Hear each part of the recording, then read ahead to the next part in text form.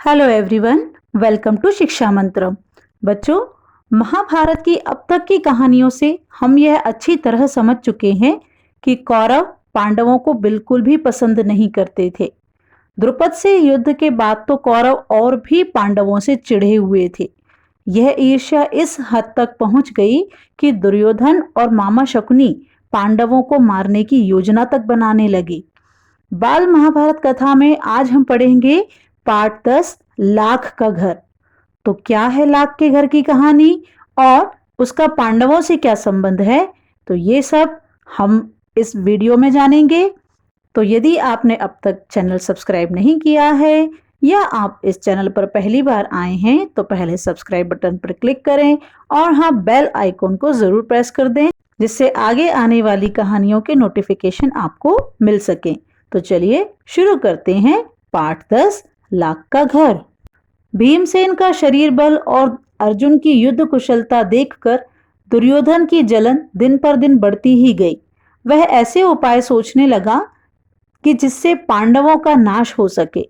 इस कुमंत्रणा में उसका मामा शकुनी और कर्ण सलाहकार बने हुए थे। बूढ़े धृतराष्ट्र बुद्धिमान थे। अपने भतीजे से उनको स्नेह भी काफी था, परंतु अपने पुत्रों से उनका मोह भी अधिक था। दृढ़ निश्चय की उनमें कमी थी, पर वह किसी बात पर वह स्थिर नहीं रह सकते थे। अपने बेटे पर अंकुश रखने की शक्ति उनमें नहीं थी। इस कारण यह जानते हुए भी कि दुर्योधन कुराह पर चल रहा है, उन्होंने उसका ही साथ दिया। इधर पांडवों की लोकप्रियता दिनों दिन बढ़ती ही जा रही थी। चौराहों और सभा समाजों में लोग कहते कि राजगद्दी पर बैठने के योग्य तो युधिष्ठिर ही हैं। वे कहते थे धृतराष्ट्र तो जन्म से अंधे थे, इस कारण उनके छोटे भाई पांडु ही सिंहासन पर बैठे थे। उनकी अकाल मृत्यु हो जाने और पांडवों के बालक होने के कारण कुछ समय के लिए धृतराष्ट्र ने राजकाज संभाला था। अब युधिष्ठिर बड़े हो गए हैं, तो फिर आगे धृतराष्ट्र को राज्य अपने ही अधीन रखने का क्या अधिकार है। पितामह भीष्म का तो कर्तव्य है कि वह धृतराष्ट्र से राज्य का भार युधिष्ठिर को दिला दे। युधिष्ठिर ही सारी प्रजा के साथ न्यायपूर्वक व्यवहार कर सकेंगे। ज्यों-ज्यों पांडवों की यह लोकप्रियता दिखाई देती थी, ईर्ष्या से वह और भी अधिक कुढ़ने लगता था। एक दिन धृतराष्ट्र को अकेले में पाकर दुर्योधन बोला, पिताजी, पुरवासी तरह तरह की बातें करते हैं। पुरवासी यानी कि नगरवासी। जन्म से दिखाई न देने के कारण आप बड़े होते हुए भी राज्य से वंचित ही रह गए। राज सत्ता आपके छोटे भाई के हाथ में चली गई। अब यदि युधिष्ठिर को राजा बना दिया गया तो फिर पीढ़ियों तक हम राज्य की आशा नहीं कर सकेंगे। पिताजी, हमसे तो यह अपमान न सहा जाएगा। यह सुनकर राजा धृतराष्ट्र सोच में पड़ गए। बोले, बेटा, तुम्हारा कहना ठीक है, लेकिन युधिष्ठिर के विरुद्ध कुछ करना भी तो कठिन है। युधिष्ठिर धर्मानुसार चलता है, सबसे समान स्नेह करता है, अपने पिता के समान ही गुणवान है। इस कारण प्रजाजन भी उसे बहुत चाहते हैं।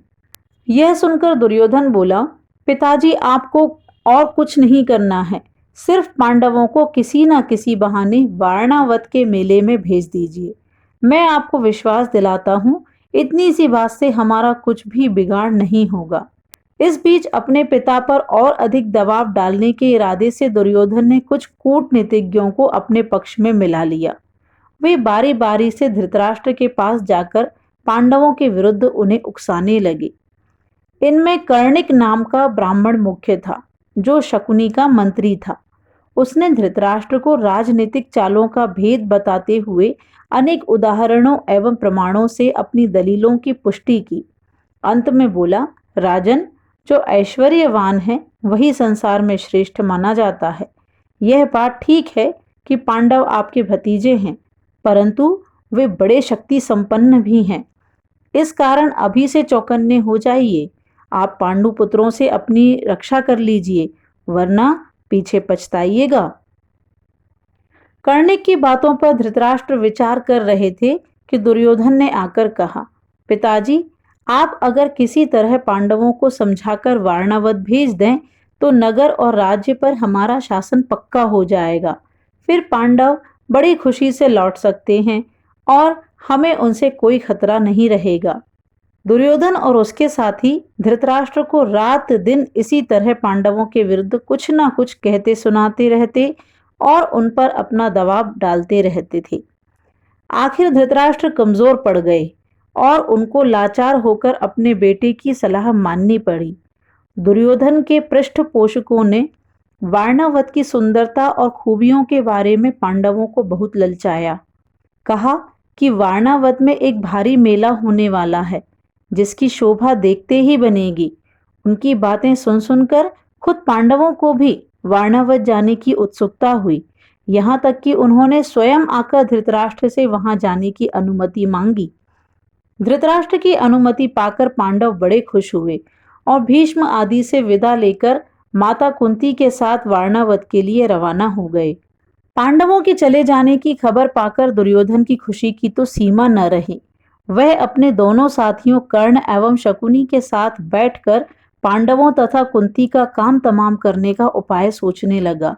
उसने अपने मंत्री पुरोचन को बुलाकर गुप्त रूप से सलाह दी और एक योजना बनाई। पुरोचन ने यह सारा काम पूर्ण सफलता के साथ पूरा करने का वचन दिया और तुरंत वारणावत के लिए रवाना हो गया। एक शीघ्रगामी रथ पर बैठकर पुरोचन पांडवों से बहुत पहले वारणावत जा पहुंचा। वहां जाकर उसने पांडवों के ठहरने के लिए सन, घी, मोम, तेल, लाख, चर्बी आदि जल्दी आग पकड़ने वाली चीजों को मिट्टी में मिलाकर एक सुंदर भवन बनवाया। इस बीच अगर पांडव वहां जल्दी पहुंच गए तो कुछ समय उनके ठहरने के लिए एक और जगह का प्रबंध पुरोचन ने कर रखा था। दुर्योधन की योजना यह थी कि कुछ दिनों तक पांडवों को लाख के भवन में आराम से रहने दिया जाए और जब वे पूर्ण रूप से निशंक हो जाएं, तब रात में भवन में आग लगा दी जाए, जिससे पांडव तो जलकर भस्म हो जाएं और कौरवों पर भी कोई दोष न लगा सके। तो बच्चों, ये थी कौरवों की पांडवों को मारने की योजना, एक लाख का घर बनवाने की और उसमें पांडवों को जिंदा जलाने की योजना कौरवों ने बनाई। तो अब इसके बाद क्या होता है और पांडवों की रक्षा कैसे होती है, पांडव उस आग में से बचकर किस तरह से निकल पाते हैं, तो ये सभी हम जानेंगे अब अगली कहानी में। तो अब हम कुछ प्रश्नोत्तर के माध्यम से इस पाठ को एक बार फिर से दोहरा लेते हैं। प्रश्न 1, धृतराष्ट्र दुर्योधन का साथ क्यों देते थे?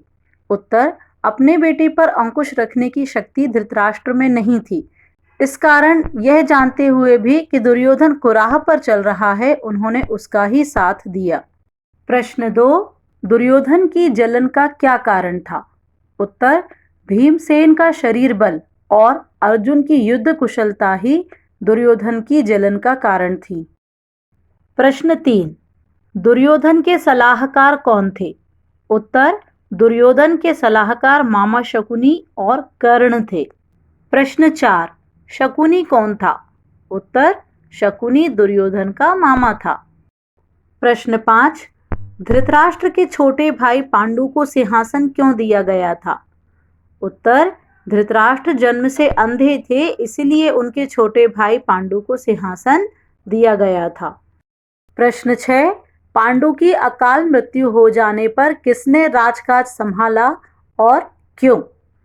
उत्तर, पांडु की अकाल मृत्यु हो जाने पर धृतराष्ट्र ने राजकाज संभाला क्योंकि पांडव बालक थे। प्रश्न 7, प्रजा किसे सिंहासन के योग्य मानती थी और क्यों? उत्तर, प्रजा युधिष्ठिर को सिंहासन के योग्य मानती थी क्योंकि उनका मानना था कि युधिष्ठिर ही सारी प्रजा के साथ न्यायपूर्वक व्यवहार कर सकेंगे। प्रश्न 8, युधिष्ठिर को प्रजाजन क्यों चाहते थे? उत्तर, प्रजाजन युधिष्ठिर को इसलिए चाहते थे क्योंकि वह धर्मानुसार चलते थे, सबसे समान स्नेह करते थे और अपने पिता के समान गुणवान थे। तो बच्चों, यहाँ यह पाठ पूरा होता है। मिलते हैं एक नए वीडियो में नई कहानी के साथ। तब तक के लिए बाय बाय।